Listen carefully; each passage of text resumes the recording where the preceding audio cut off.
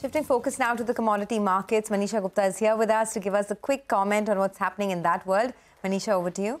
Thank you for that, Sonia. Well, I'm looking at the crude oil prices because this continues to be volatile. The only upside or positive to crude is that it has been trading within that range. So when you look at the overnight markets, we've seen 3% of gains come in for the crude oil prices. For the month of October as well, it is negative by 3% that the crude seems to be performing right now. Well, the markets are watching out for the monetary policy meetings. The US Fed two-day meeting starts today. And you also have Bank of England coming in on Thursday. The Bank of Japan already has come today and spoken, and there has been no change on to that one.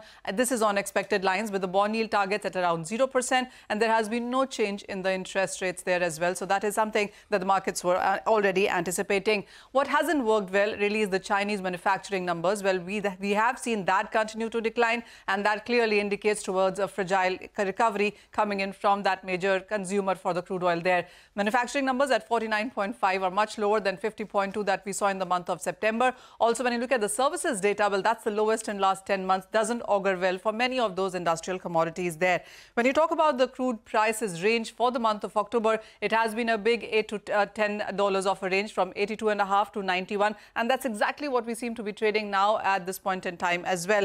If you look at the World Bank report that came in yesterday, it says that for the fourth quarter of 2023, that is where we are right now, the global prices could average at around $81 a barrel. But the World Bank also cautions that if there is escalation in the conflict and there is a severe disruption in the crude output, then you could be looking at $157 a barrel of an upside as well as a worst case scenario coming in for the crude oil prices. So let's take a look on what various banks and brokerages have been putting out as a fourth quarter average expectation that they think. Wood Mackenzie has been steadfast on $88 a barrel, and that's exactly what we seem to be trading at this point. Bank of America has talked about an average of a $90. 90 to 95 is what Fat Profits also told us at CNBC-TV18. And then there are some higher averages as well. 94 is what Saxo Bank told us.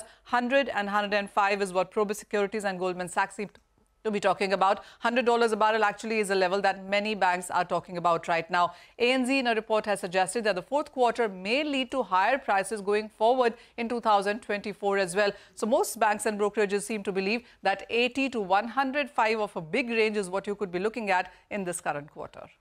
Okay. All right. Thanks a lot for that, Manisha. Well, let's slip into